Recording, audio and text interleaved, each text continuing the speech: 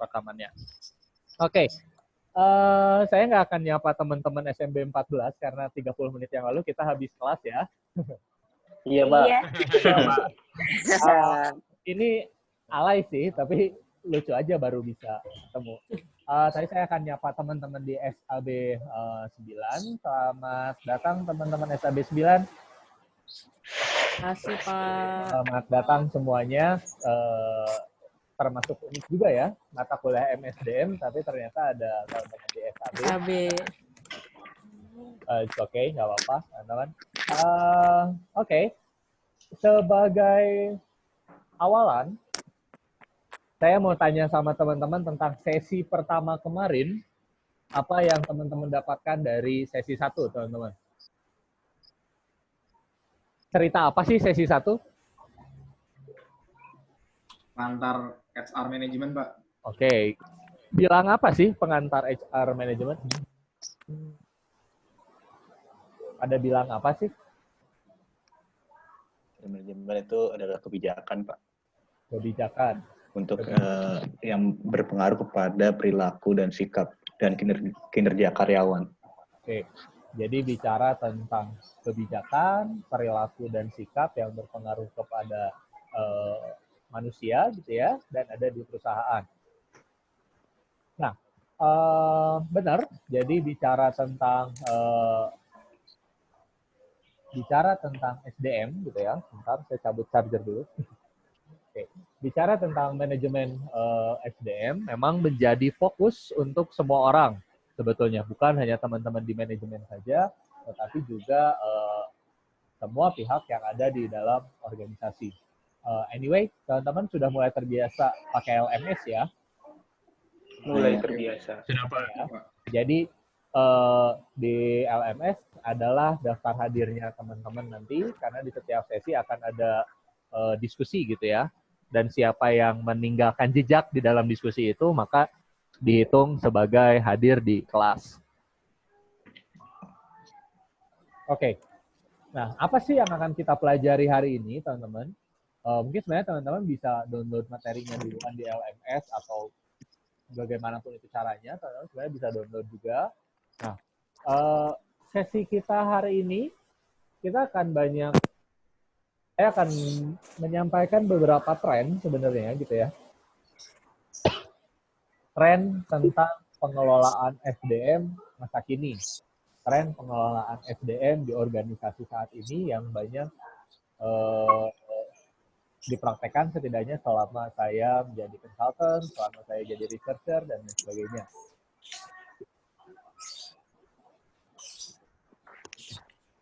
Nah, oke, yang pertama, bicara tentang tren dalam manajemen SDM, kita akan hari ini, teman-teman, akan ada 4 hal yang akan kita coba pelajari. Yang pertama tentang, saya akan cerita tentang tren dari komposisi tenaga kerja yang ada di organisasi saat ini yang mempengaruhi tentang keputusan SDM.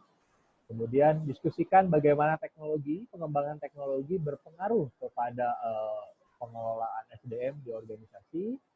Kemudian menjelaskan bagaimana sebenarnya relasi antara karyawan, relasi antara perusahaan dengan karyawan itu menjadi lebih penting saat ini. Dan yang terakhir, yang nomor 4 adalah aspek teknis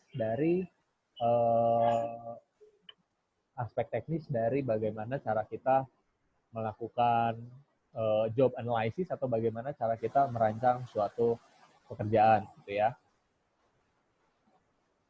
Buat teman-teman nanti yang misalnya ada pertanyaan atau ada yang mau angkat tunjuk tangan, raise hand, boleh langsung, atau teman-teman mau tanya di grup chat juga boleh. Silakan, mana yang nyaman buat teman-teman semua. Oke, kita akan masuk ke menu kita yang pertama di sore hari ini, gitu ya, di sore hari yang hujan ini. Ada beberapa perubahan. Ya, ada beberapa perubahan yang terjadi dari pasar tenaga kerja yang terjadi saat ini, teman-teman. Ada internal labor force, jadi ini sebenarnya dari organisasinya sendiri. Sementara kalau external labor market dari eksternal tentunya ya, dari luar organisasi. di internal labor force sendiri ada beberapa isu yang terjadi, yaitu beberapa karyawan gitu di dalam organisasi itu punya beberapa spesifikasi khusus atau punya harapan-harapan khusus tersendiri terkait dengan bagaimana perusahaan mengelola SDM-nya. Kemudian dari external labor market, dari fase eksternal, ini bicara tentang berapa banyak supply, ya, berapa banyak jumlah SDM yang ada di organisasi, gitu ya, yang bisa dimasukkan ke organisasi kita saat ini untuk menjadi karyawan. Jadi salah satu faktor pendukung tren perubahan pengelolaan SDM di organisasi, yang pertama itu adalah ada perubahan di labor force, ya, ada perubahan di bagaimana tenaga kerja atau bagaimana pasar tenaga kerja beraktivitas. Secara spesifik, yang akan berubah atau yang telah berubah adalah aging workforce. Jadi ada beberapa tenaga lingkungan kerja yang sudah mulai usia tenaga kerjanya relatif senior. Gitu ya. Bisa kita lihat sekarang kalau misalnya teman-teman main ke pabrik, manufaktur, sangat bermacam-macam dari segi usianya di sana gitu ya, dari mulai yang milenial sampai yang senior, dari mulai yang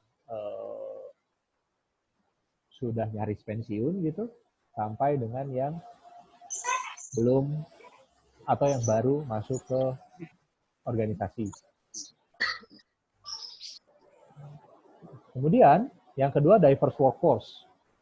Diverse workforce-nya artinya terjadi beberapa perbedaan atau terjadi beberapa pembeda gitu di lingkungan kerja yang semula mungkin di manufaktur itu semua pekerjanya adalah laki-laki. Sekarang bisa jadi pekerjanya ada yang perempuan. Kemudian yang dulunya hanya menerima jenjang pendidikan misalnya S1, sekarang bisa menerima jenjang pendidikan S2, S3, dan seterusnya. Diverse workforce. Kemudian ada skill deficiencies. Ini cerita tentang sekarang di dalam dunia kerja, ya, di organisasi atau di industri, itu banyak skill-skill baru yang belum dimiliki oleh anggota organisasi. Ya, ada skill-skill di organisasi yang mungkin belum dimiliki oleh anggota organisasi. Contoh, sekarang banyak bermunculan pekerja-pekerja lepas dengan keterampilan berupa data analitik misalnya, kemudian data scientist, data engineer, semuanya muncul karena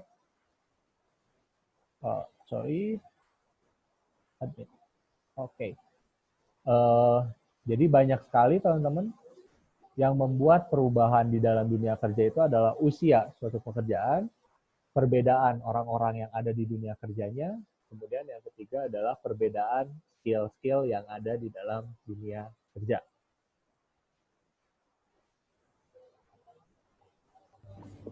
Suara saya kedengeran kan teman-teman? Dengeran, Pak. Jelas, Pak. Oke. Ya kalau teman-teman kalau ada yang mau tanya langsung potong aja atau raise hand atau di chat room gitu ya, boleh. Oke, Pak. Karena saya akan mute teman-teman semua. Ya, maksudnya biar terlalu noise. Pak, Hai. nanti ini di-record, jadi kita bisa lihat lagi ya, Pak? Bisa lihat lagi nanti setelah kelas berakhir, saya akan upload recordnya di YouTube. Kemudian nanti teman-teman bisa cek di LMS karena saya akan cantumkan linknya di LMS. Oke, terima kasih ya, Pak. Oke. Saya lanjutkan teman-teman.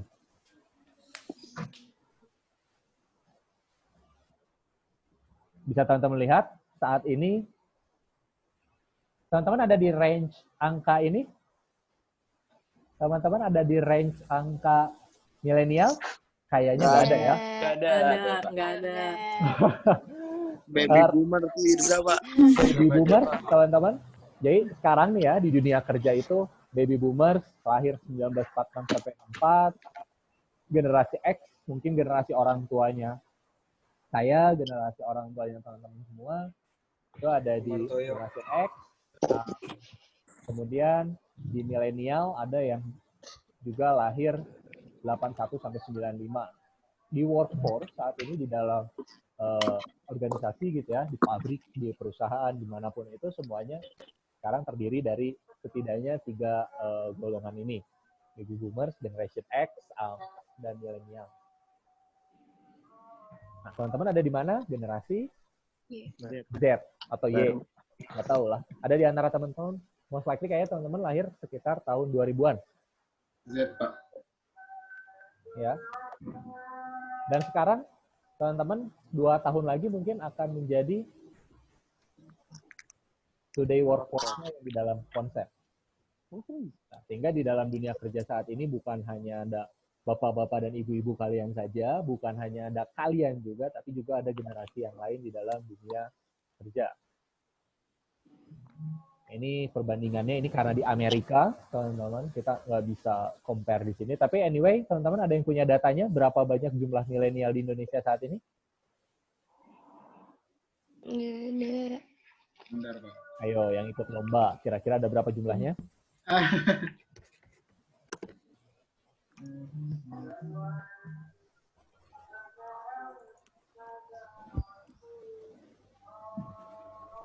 Ada sekitar 25% dari jumlah total warga Indonesia atau lebih? Pokoknya banyak, teman-teman. Jumlah 17% sih, Pak. berapa? Kalau lihat dari infografisnya sih 62 juta generasi 60. milenial. 62 juta. generasi milenial di Indonesia ya, teman-teman. Iya. Jadi teman-teman yang lahir tahun 85 sampai dengan 95 itu kurang lebih sekitar 64 juta. Nanti ketika teman-teman masuk ke dunia kerjanya secara nyata, tahun-tahun milenial itu akan tetap ada, ditambah dengan generasinya kalian. Kenapa ini jadi penting, teman-teman? Karena bagaimana handling milenial, cara nge-handle-nya milenial dengan cara nge-handle-nya baby boomers dan generasi X itu sangat beda. Oke ya. Sound inputnya Nadif, no? Semuanya tidak ada yang di mute? Kecuali mute sendiri. Thank you, Pak. Oke. Saya lanjutkan, teman-teman. Pak, saya mau nanya, Pak. Oh iya, silakan. Materi sesi 2 tidak bisa di-download ya, Pak? Gimana? Materi sesi 2 tidak bisa di-download ya, Pak? Gitu ya? Iya. Oh. Kalau saya bisa sih, Pak. Bisa. Saya juga nggak bisa di-download. WPS dia. Iya. Kalau WPS emang nggak bisa. Oke. Jadi setelah sesi akan saya ini kan ya, coba perbaiki.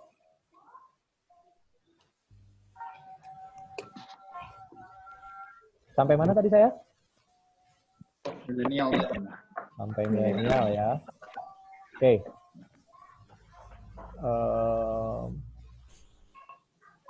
Aduh. Hai. Oke. Oke, sampai di milenial bahwa gimana caranya kita handle milenial itu bisa jadi berbeda dengan bagaimana cara kita handle teman-teman di baby boomers kayak gitu ya. Nah, berikutnya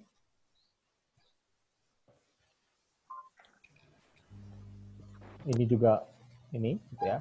Nah, sekarang kita bicara tentang yang namanya perubahan-perubahan di dalam dunia kerja. Apa sih implikasinya terhadap HR, terhadap SDM gitu ya? Bisa jadi yang pertama bagaimana cara kita mengelola SDM di organisasi.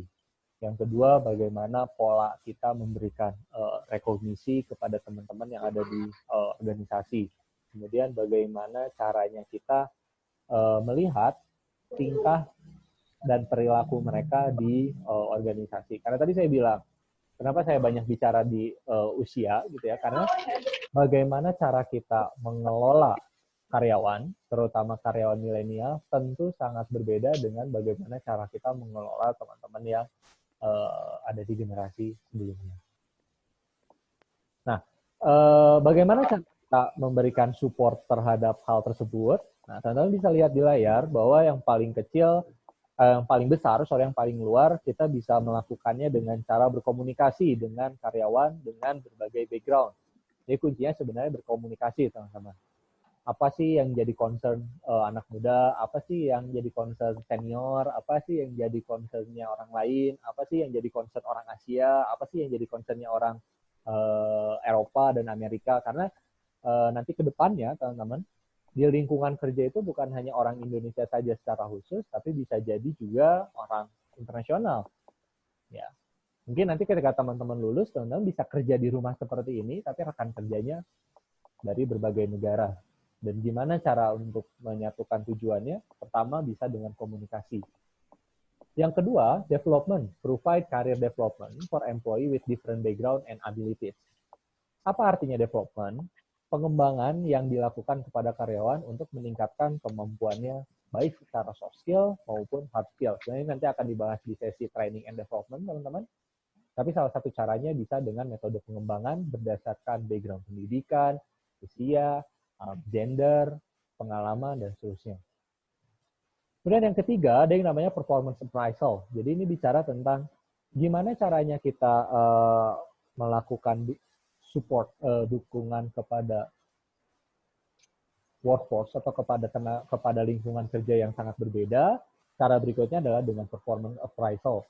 Provide feedback based on objective outcomes.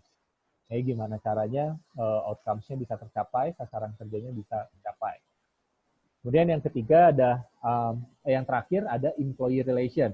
Ini mirip dengan komunikasi, teman-teman. Jadi bukan hanya kita menyampaikan satu arah atau dua arah berkomunikasi kepada karyawan nantinya, tetapi ini lebih bicara kepada bagaimana kita membangun relasi dengan karyawan.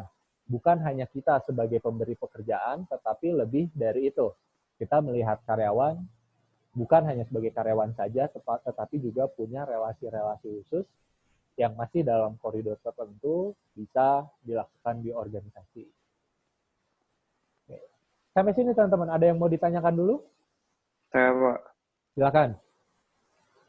tadi kan di pertama Bapak bilang komunikasi ya Pak. Sebetulnya saya belum punya data valid ya, tapi beberapa kali saya dengar kalau generasi milenial ini adalah generasi yang katanya mudah bosan Pak, yang turnover itu cepet banget. Jadi baru setahun bekerja mereka udah bosan, baru setahun bekerja mereka ingin ganti pekerjaan. Kira-kira kalau dari HRMS sendiri itu apakah keempat hal ini sudah bisa mengatasi masalah tersebut Pak? Oke, menarik. Baca beberapa literatur katanya teman-teman milenial nggak bertahan kerja, sedikit-sedikit pindah gitu ya. Dan memang itu terjadi sekarang karena datanya rata-rata milenial itu akan meninggalkan perusahaan kalian jika bosan itu sekitar 1 sampai 1,5 tahun. Gitu ya. Pun kalau tidak bosan maka dia akan meninggalkan perusahaan kalian di angka 5 sampai 5,5 tahun. Nah, apakah keempat hal yang tadi saya sampaikan di sini mengcover tentang bagaimana supaya milenial nggak keluar organisasi atau nggak pindah kantor dan lain sebagainya, apapun itu istilahnya? Saya bisa katakan iya, teman-teman. Employee relation, performance appraisal, development and communication itu sebenarnya kunci gimana caranya karyawan kita tetap ada di organisasi.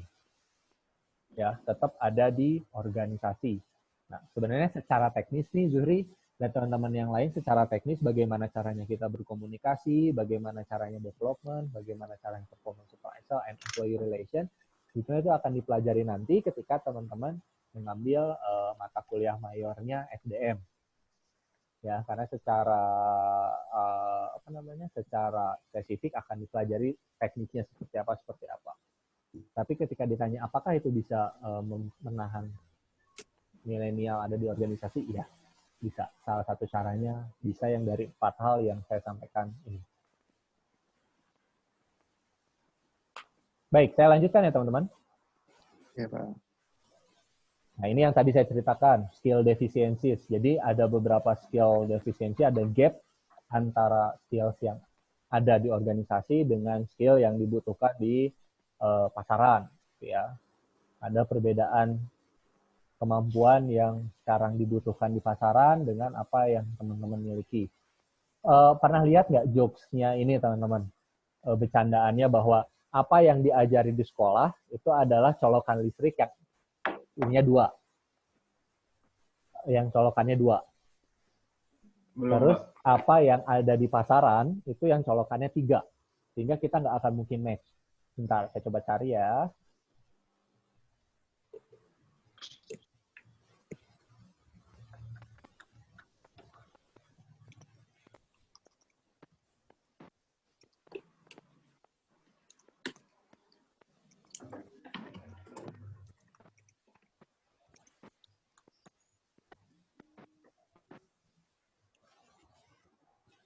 Waduh, tidak ada.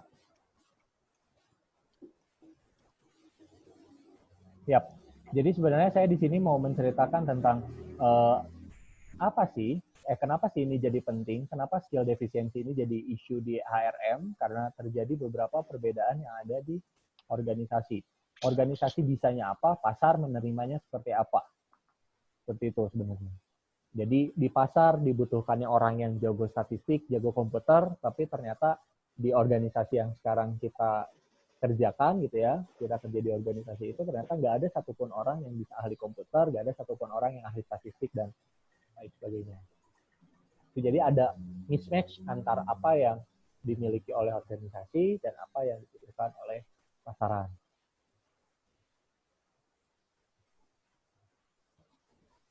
Nah, itu perubahan-perubahan. Jadi pada intinya, apa yang berubah di dalam organisasi, teman-teman, saat ini?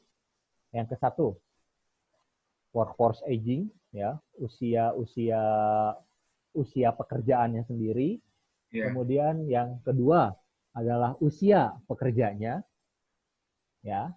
Kemudian yang ketiga adalah skill yang dibutuhkan di organisasi dan di pasar.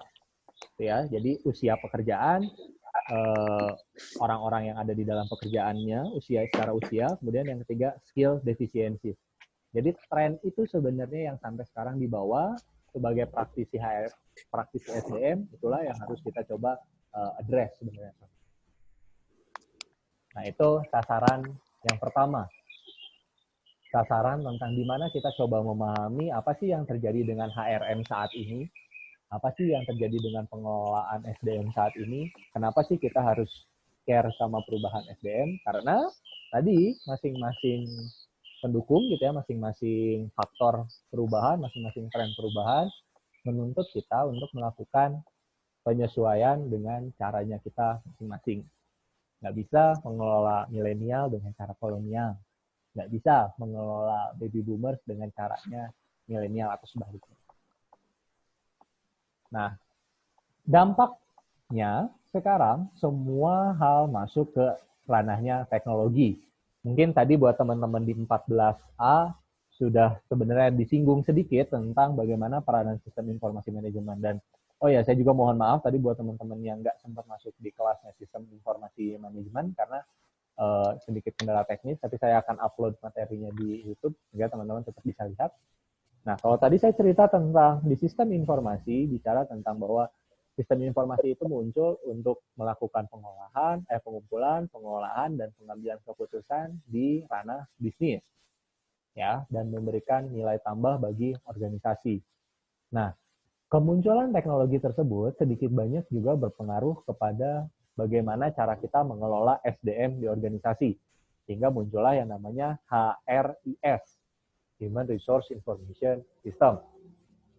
Ya, dia sebenarnya juga sama, teman-teman, fungsinya untuk melakukan pengumpulan data, memanipulasi dan menganalisis data, dan mendistribusikan informasi.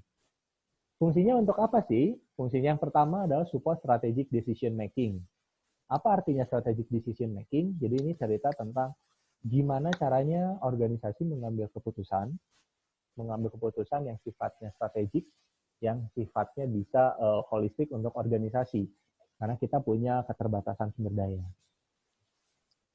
Yang kedua, menolong organisasi untuk menjauhi pelanggaran hukum, ya, karena HRIS biasanya memberikan kita masukan-masukan caranya untuk menjauhi denda, kenapa kita harus bisa mengatur data SDM dengan baik, dan seterusnya, dan seterusnya.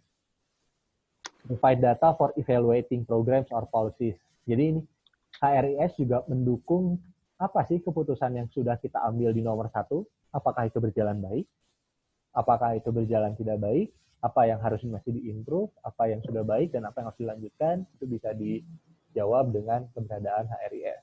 And support day-to-day HR decision.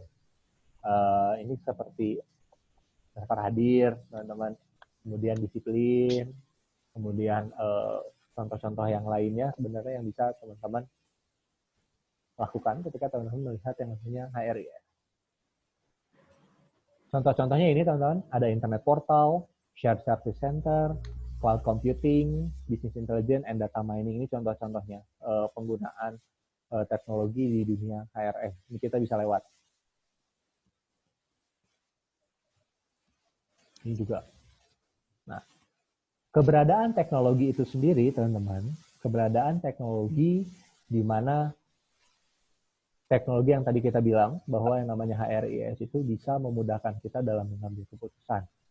Kemudian bisa membantu kita dalam menyelesaikan masalah harian dalam lingkup SDM.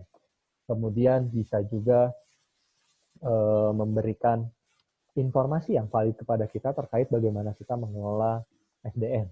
Nah, outcomes-nya atau apa yang bisa dihasilkan oleh HRIS itu bisa dibagi menjadi 2 hal ini, self-service and HR dashboard. Self-service ini bicara tentang sebenarnya kayak gini, teman-teman. Bicara tentang gimana caranya karyawan bisa submit tugasnya tanpa harus ke kantor. Ya. Terus gimana caranya karyawan bisa tetap hadir bekerja tapi nggak usah ke kantor. Self-service. Jadi semua pelayanan-pelayanan SDM itu dilakukan secara mandiri. Nah, bagaimana cara perusahaan melihat hal itu? Muncullah yang namanya dashboard. Kita di kelas ini ada 43 partisipan, teman-teman. Dari 43 partisipan itu saya bisa melihat satu persatu siapa yang aktif terus-menerus, siapa yang aktif tapi gambarnya dihilangkan ternyata tidur gitu ya. Kemudian hal-hal yang lain sebagainya, itu dashboard. Jadi saya bisa melihat semua orang yang ada di dalam komputer saya ini atau yang terhubung ke dalam meeting saya ini, apa saja yang mereka lakukan di daerahnya masing-masing atau di rumah, di tempatnya masing-masing. Itu dashboard. Sama seperti teman-teman mengemudi mobil, mengemudikan motor, kayak gitu ya. Mengemudikan mobil, mengemudikan motor. Teman-teman bisa ngelihat kalau bensinnya habis, ngelihat dari indikator bensinnya, baik yang digital maupun yang manual. Teman-teman menggunakan mobil dengan batasan kecepatan tertentu, misalnya 60 km per jam, yang teman-teman bisa lihat adalah dashboard. Sama, seperti gitu juga teman-teman di SDM atau di HR. Melihat bagaimana kinerja karyawan di organisasinya, kemudian bagaimana keputusan diambil, dan seterusnya, dan seterusnya.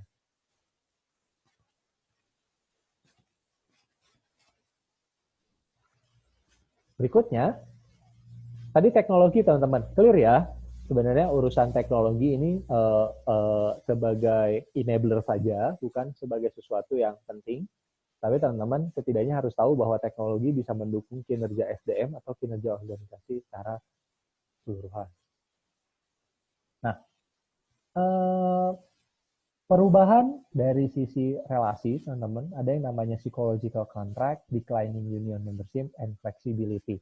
Saya nggak akan bahas yang nomor 2, teman-teman, union membership, karena ini lebih ke arah teknis, bicara tentang serikat buruh, bicara tentang apa sih aktivitas yang serikat buruh lakukan, apa sih yang biasa teman-teman serikat buruh lakukan ketika tanggal 1 Mei gitu ya.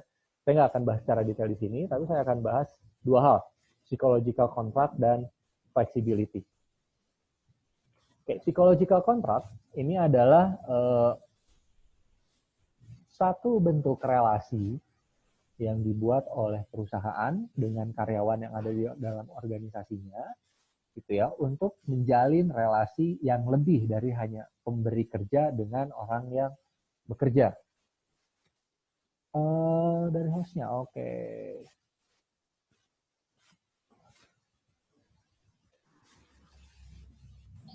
Yap. Oke, jadi Psychological contract, sekali lagi, ini bicara tentang bagaimana kita berelasi dengan karyawan kita organisasi, gitu ya. Bagaimana kita berelasi dengan karyawan di organisasi lebih dari sekedar karyawan. Lebih dari sekedar karyawan. Makanya teman-teman sekarang sering dengar nggak? Organisasi-organisasi itu menyebut karyawannya itu sebagai keluarga. Atau sebagai rekan.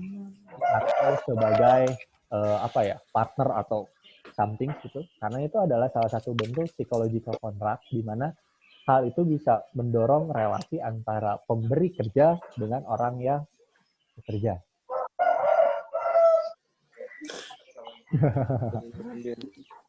Kayaknya ada salah satu teman kita yang baru nyampe di pagi ya hari ini. Padahal kita di sini udah sore. Tarzan, Pak Tarzan. Nggak apa-apa, itu serunya kalau kita belajar online tuh kayak gitu. Mengetahui apa yang biasanya tidak kita ketahui kalau di kelas.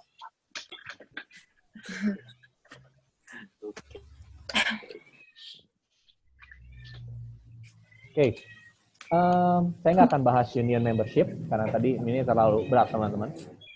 Ada yang namanya flexibility. Gimana caranya kita sekarang berelasi dengan karyawan kita melalui yang namanya flexibility.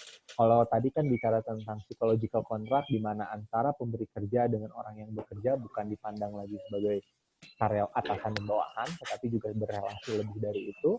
Nah, sementara sekarang bicara yang namanya flexibility. Organisasi mencari flexibility dalam level-level tertentu dalam dunia pekerjaannya atau dalam employment relationship-nya. Yang pertama, ada yang namanya outsourcing. Adakah di antara teman-teman yang di sini belum tahu apa itu outsourcing?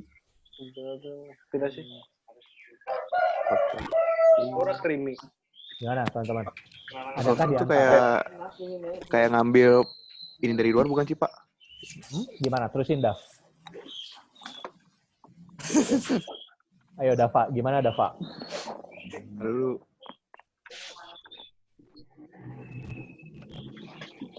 Oke. Jadi, yang namanya outsourcing itu adalah, benar kata Dava, bagaimana cara kita mengadakan tenaga kerja yang berasal dari luar organisasi kita. Contohlah kalau di PTM, teman-teman yang mas-mas atau mbak-mbak yang suka bantuin teman-teman beresin kelas. Itu teman-teman yang di outsource itu bukan bagian dari PPM, tapi mereka dipekerjakan di PPM, gitu ya, dipekerjakan di PPM untuk petugas kebersihan. Tuh, jadi outsourcing itu seperti itu. Positif dan negatifnya sebenarnya nanti akan dibahas lagi di sesi yang lainnya. Kemudian yang kedua, ada flexible work schedules, including shorter work weeks. Ini lagi seru teman-teman sekarang. Flexible working schedules. Sekarang aja contohnya. Saya ada di rumah, teman-teman ada di rumah masing-masing. Tapi kita bisa, saya terutama, saya bisa tetap bekerja, tetap bisa diskusi sama teman-teman via Zoom atau via portal apapun itu, karena semuanya serba fleksibel. Ngajar itu nggak perlu harus di kelas. Ngajar itu bisa dimanapun dan kapanpun, seperti itu. Bahkan di beberapa startup sekarang semuanya kerjanya di rumah loh, teman-teman. Teman-teman startup tuh malah mereka nggak ada yang punya kantor, ada yang nggak punya kantor. Nah, yang nggak punya kantor itu kantornya virtual. Sehingga mereka semua kerjanya secara virtual, di kantor virtual, di rumahnya masing-masing selama koneksi internet ada. Yang kedua adalah including shorter work weeks. Teman-teman tahu nggak sekarang sedang ada wacana 4 hari kerja? Lagi dikaji kan? Belum tahu, Pak. 4 hari kerja. Jadi Senin, Selasa, Rabu, Kamis, Jumat, Sabtu, Minggu, kalian bisa liburan. Nah, sekarang lagi dicoba di New Zealand sama di Swedia. Saya nggak tahu hasilnya seperti apa, tapi sekarang itu trennya seperti itu. Bekerja lebih pendek. Untuk membuat relasi antara pekerja dan pemberi kerja menjadi lebih baik. Kemudian yang ketiga ada moving employee to different jobs to meet change in demand. Jadi nggak aneh lagi nih sekarang flexibility kerja. Orang yang kerjanya tadi misalnya di bagian accounting, sekarang dipindah di bagian keuangan. Orang keuangan sekarang pindah di SDM. Fleksibilitas kerja seperti itu yang sekarang memang sedang banyak digunakan di organisasi juga. Jadi, kalau saya tanya sama teman-teman, apa yang bisa kita lakukan sebagai praktisi SDM? Ayo, teman-teman, silakan menurut teman-teman, apa sih yang bisa kita lakukan untuk menghadapi tren sekarang, kemudian teknologi, fleksibilitas kerja, dan tantangan-tantangan SDM lainnya? Menurut teman-teman, apa sih yang bisa kita lakukan? Ikut banyak training bisa nggak, Pak? Siapa itu yang bilang? Saya, Pak. Saya. Ini kita. Oke, betul. Ikut training, caranya supaya kita bisa mengelola SDM. Good. Ada lagi? Beradaptasi, Pak.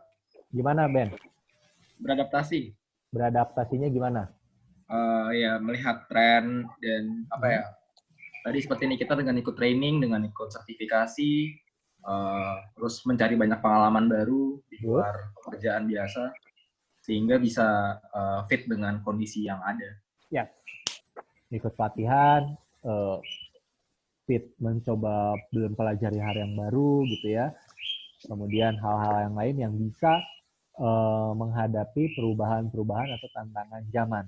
Nah, secara spesifik, praktisi SDM itu yang bisa dilakukan adalah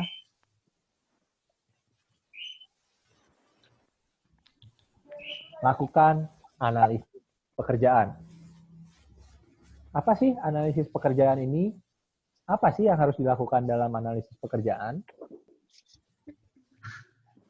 Analisis pekerjaan adalah aktivitas yang dilakukan untuk mendefinisikan, ya, nih bisa teman-teman baca atau teman-teman bisa lihat, untuk mendefinisikan pekerjaan seseorang pada posisi tertentu dan pada kualifikasi tertentu. Dan pada beberapa hal menggunakan alat kerja tertentu. Sehingga kalau teman-teman boleh bisa catat gitu ya, di catatannya masing-masing, sebenarnya apa sih yang dimaksud dengan job analysis? Job analysis adalah aktivitas untuk menentukan suatu pekerjaan pada posisi apa dengan kualifikasi pekerjaan yang seperti apa. Oke, sebagai contoh, ini ada pemadam kebakaran ceritanya gitu ya. Dia membutuhkan seorang pemadam kebakaran perlu kekuatan fisik yang lebih untuk melakukan pekerjaannya. Dan perlu tahan dari tekanan-tekanan pekerjaannya. Kemudian saya lempar sekarang sama teman-teman. Untuk bagaimana karakter atau kriteria untuk sebuah profesi masinis, teman-teman. Boleh dikatakan orang masinis, Dava? Masinis biasanya buat orang yang lebih sabar ya. Mereka umumnya lebih sabar sama kalkulatif dan nurut sama arahan atasannya. Oke, masinis harus sabar dan nurut sama arahan atasannya. Oke, Dava tadi raise hand gimana, Dav?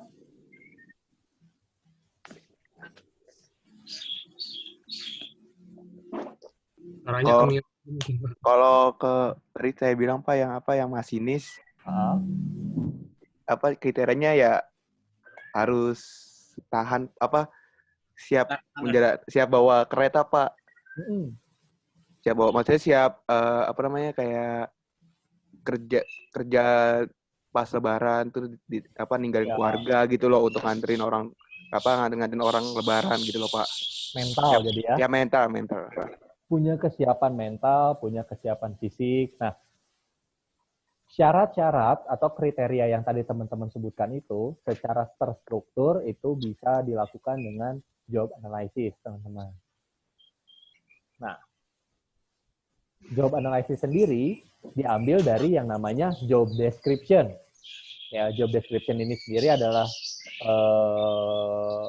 list dari tugas dan tanggung jawab dari suatu pekerjaan. Komponen-komponen dalam job deskripsi ada job title atau nama pekerjaan, deskripsi dari tanggung jawab utama, kemudian kewajiban atau tugas pokok utama apa saja yang harus dia lakukan sebagai pemegang jabatan. Nah, contohnya seperti ini, teman-teman.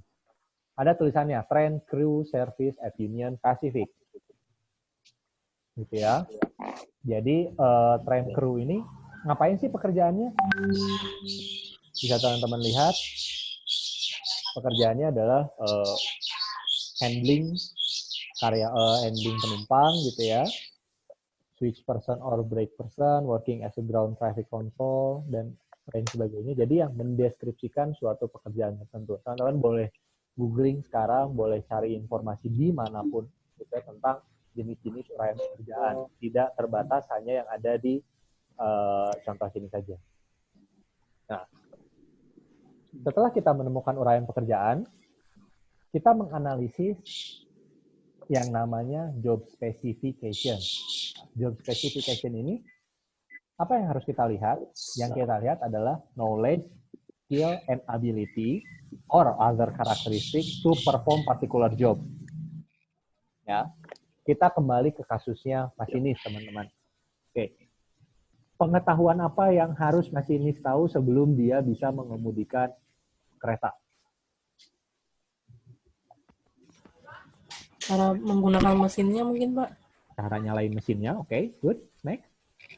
Rambu-rambunya, Pak. Rambu-rambunya, betul. Terus?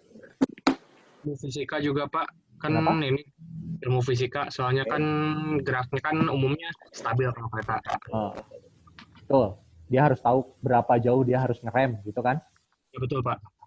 Oke. Itu knowledge, pengetahuan. Jadi, untuk menjadi seorang masinis, setidaknya tadi teman-teman sudah menyebutkan pengetahuan tentang mesinnya, pengetahuan tentang rambu-rambunya, kemudian pengetahuan tentang jarak kapan dia harus ngerem. Tuh, itu dari pengetahuan. Jadi, ketika kita menganalisis suatu pekerjaan, hal pertama yang bisa kita analisis adalah pengetahuan apa sih yang harus ada di bidang pekerjaan tersebut. Gitu. Yang kedua adalah skill, teman-teman. Ya, skill.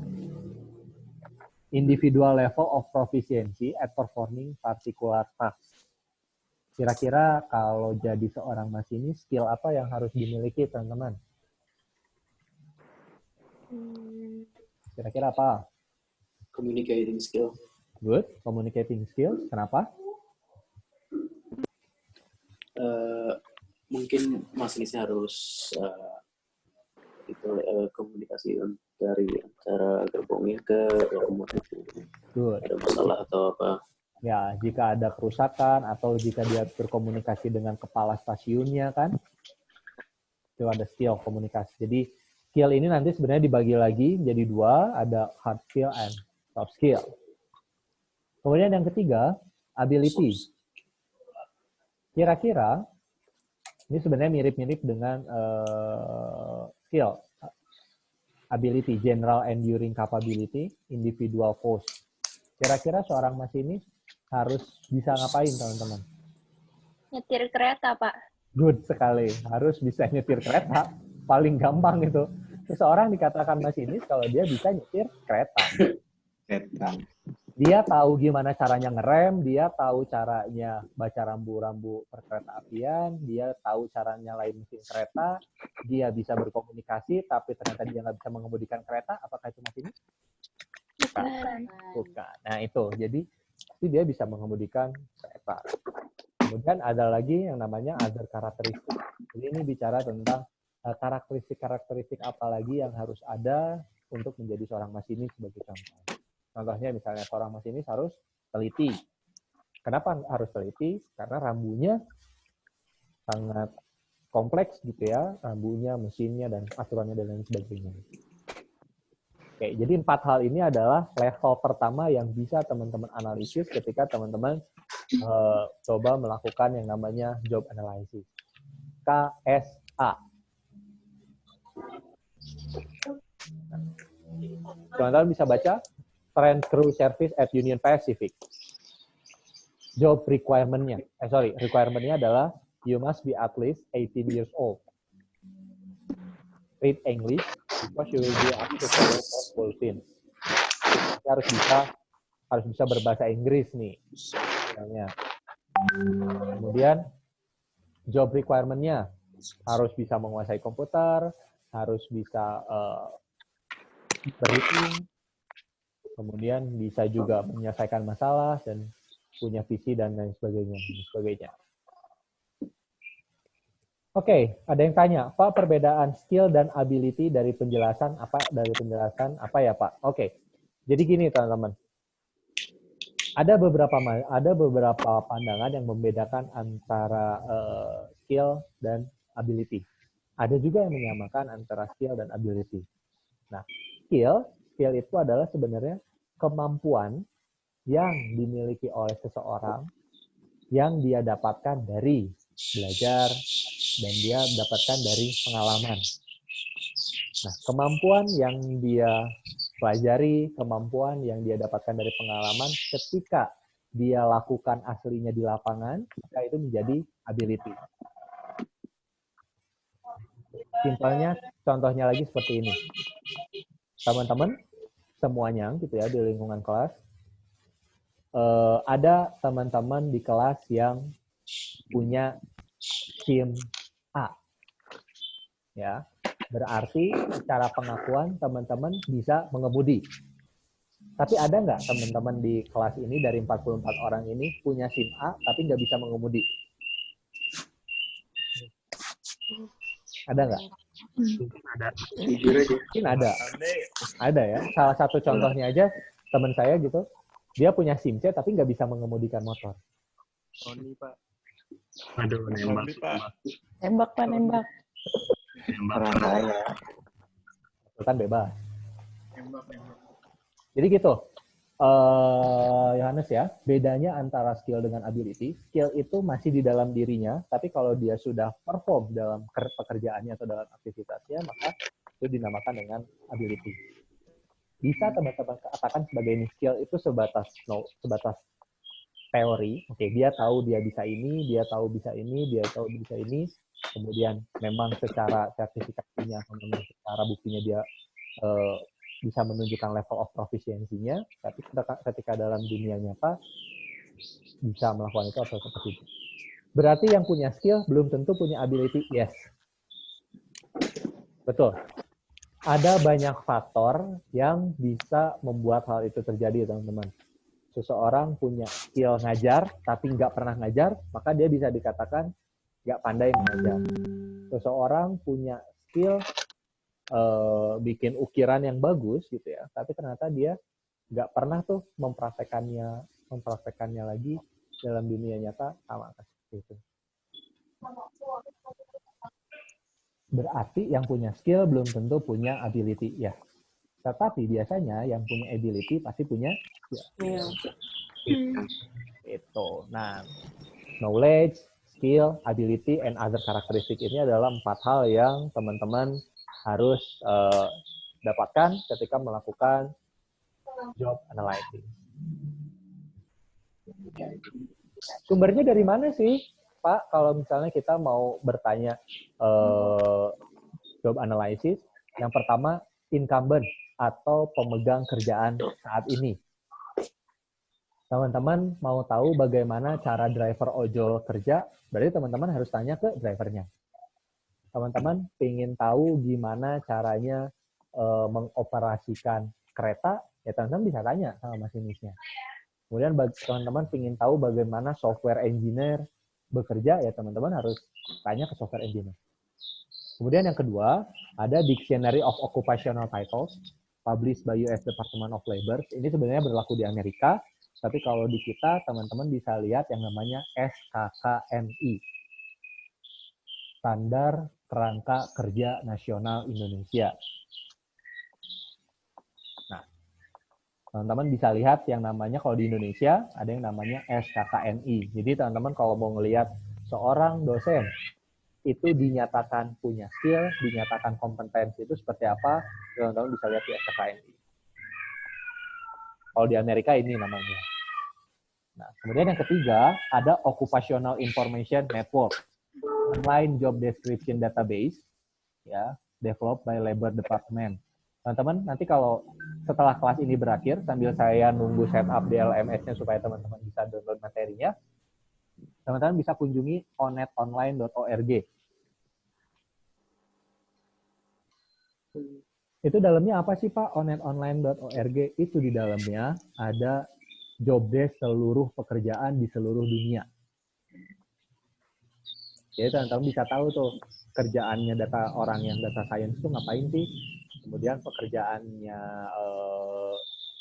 orang data engineer itu seperti apa sih, pekerjaannya manajer SDM itu seperti apa sih, semuanya teman-teman bisa lihat di onetonline.org. Meski demikian, nanti sebenarnya kalau mau tahu lebih jauhnya lagi tentang job analysis, ada mata kuliah namanya AUP, Analisis Uraian Pekerjaan. Saya nggak tahu itu semester berapa ya, 4 apa 6. Nanti teman-teman akan, kalau yang ngambil mayornya SDM, kalau nggak salah akan mempelajari itu. Jadi ini sebenarnya brief singkat saya aja, supaya teman-teman tahu apa sih yang harus dilakukan, dianalisis ketika melakukan analisis pekerjaan. Pak, kenapa sih kita harus menganalisis pekerjaan? Emang penting ya Pak kita melakukan analisis pekerjaan? Nah, ini dia. Job analysis menjadi penting untuk manajer SDM, gitu ya, karena dari job analysis ini nanti pada akhirnya akan dibentuk lagi menjadi uraian pekerjaan, di mana uraian pekerjaan itu bisa kita manfaatkan untuk melakukan desain proses kerja, redesign, merencanakan pekerjaan, seleksi, training, performance appraisal, hingga job evaluation berikutnya. Nah, kenapa kita sekali lagi menjadi penting untuk melakukan job analysis? Karena semua program SDM, gitu ya, memerlukan informasi-informasi yang disampaikan pada fase job analysis. Pernah nggak di antara teman-teman bertanya, Pak, kenapa sih seorang manajer digaji lebih banyak daripada seorang supervisor?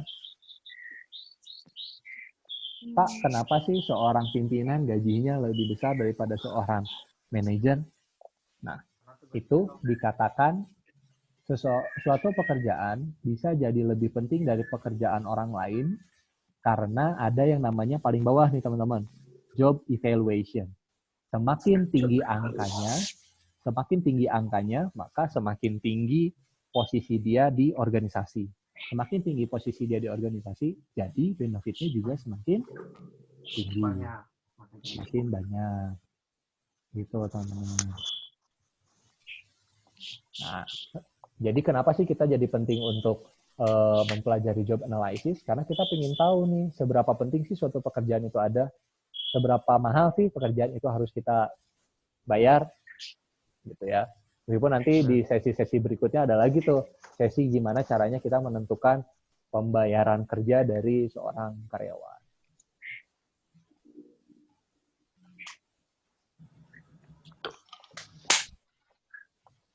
Oke, teman-teman. Ada yang mau ditanyakan dulu? Ham, gimana Ham? Saya suka ngakak kalau ngeliat lo, Ham. Apa kabar, Ham?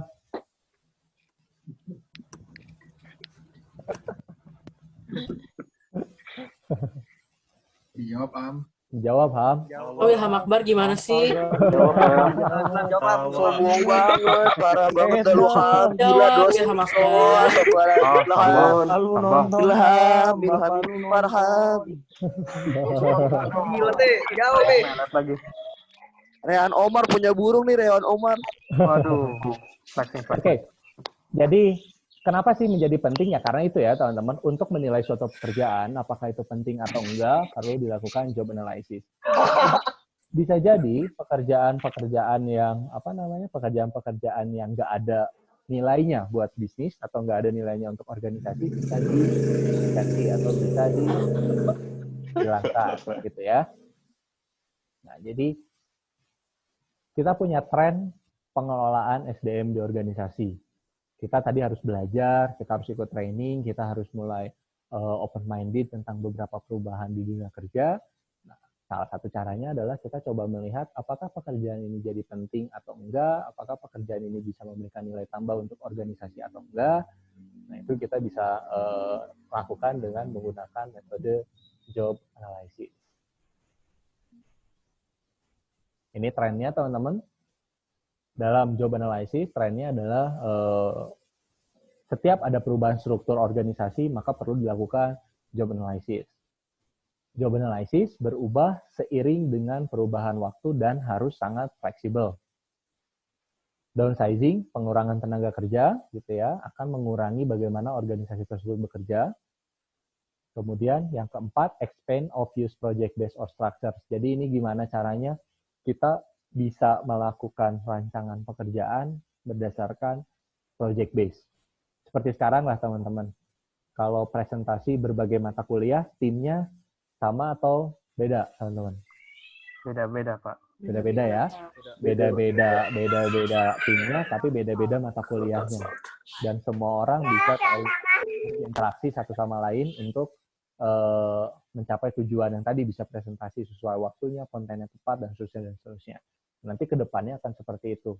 Bahwa yang namanya job analysis dirancang untuk perubahan tim.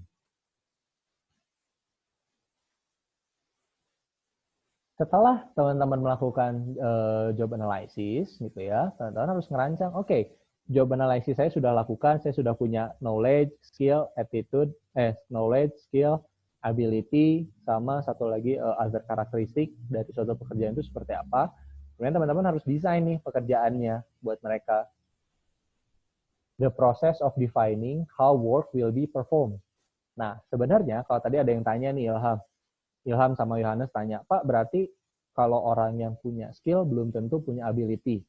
Nah, cara untuk merubah skill menjadi ability adalah dengan menggunakan job design. Karena ini menceritakan tentang gimana suatu pekerjaan bisa dilakukan di lapangan. Bagaimana suatu pekerjaan tertentu bisa dipraktekkan di lapangan. Cara yang pertama, design for efficiency. Ini bicara tentang perlu nggak ya pekerjaan itu, gitu ya, perlu nggak sih pekerjaan itu dikerjakan oleh lebih dari satu orang? Perlu nggak ya pekerjaan itu dikerjakan oleh tim? Itu yang bisa ngerancang adalah teman-teman melalui aktivitas job design. Kemudian yang ke kanan ada yang namanya design for motivation. Ada job enlargement, ada job enrichment, ada teamwork, ada flexibility. Pekerjaan yang tadi saya analisis, perlu nggak ya ditambahkan pekerjaan lagi, job enlargement? Perlu nggak ya pekerjaannya itu diperdalam, gitu ya, yang tadinya misalnya cuma mengemudikan mobil, sekarang ditambah dengan mengemudikan motor misalnya. Perlu nggak ya pekerjaan itu dikerjakan secara bersama-sama? Perlu nggak ya pekerjaan itu kita setting secara fleksibel, bisa kerja di rumah, bisa kerja kapanpun, dimanapun. Kemudian, perlu nggak ya pekerjaan tersebut kita perhatikan keamanan dan kesehatannya? Kemudian, perlu nggak ya pekerjaan tersebut harus kita lengkapi dengan informasi dan instruksi yang jelas tentang pekerjaan tersebut? Jadi, ketika kita ingin mendorong yang tadinya punya skill tapi nggak punya ability, 4 hal ini yang teman-teman bisa pilih. Efisiensi, motivasi, safety and health, kemudian design for mental capacity-nya seperti apa. Ya teman-teman, setelah melakukan analisis, oh iya, seorang masinis, seorang tenaga perawat, tenaga kesehatan, itu harus punya knowledge, skill, ability, dan other spesifiknya seperti apa, kemudian diturunkan supaya teman-teman bisa merancang pekerjaan tersebut di lapangan dilaksanakan dengan cara job design. Begitu teman-teman. Selesai.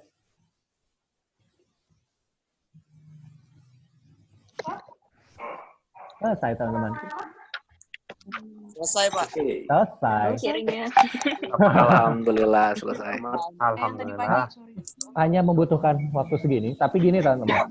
Konsekuensinya dari belajar online adalah kalian harus aktif di LMS.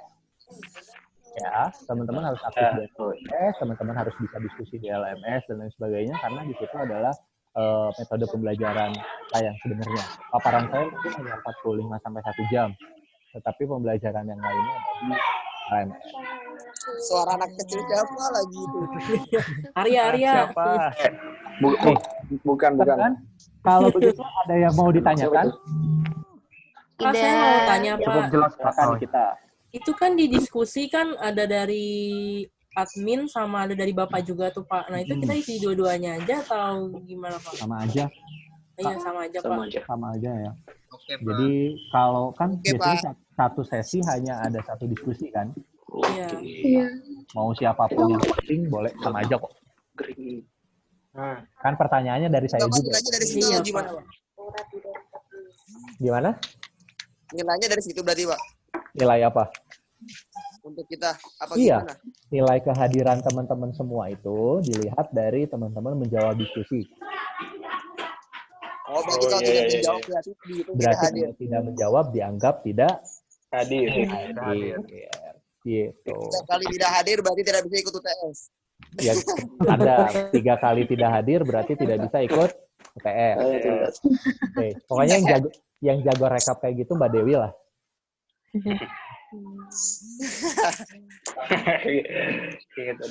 Oke, teman-teman. Saya masih hutang tadi ya, apa namanya? Masih hutang tentang stop share. Oke.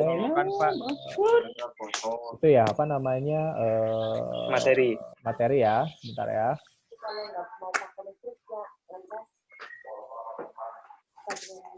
Oke, sebentar saya akan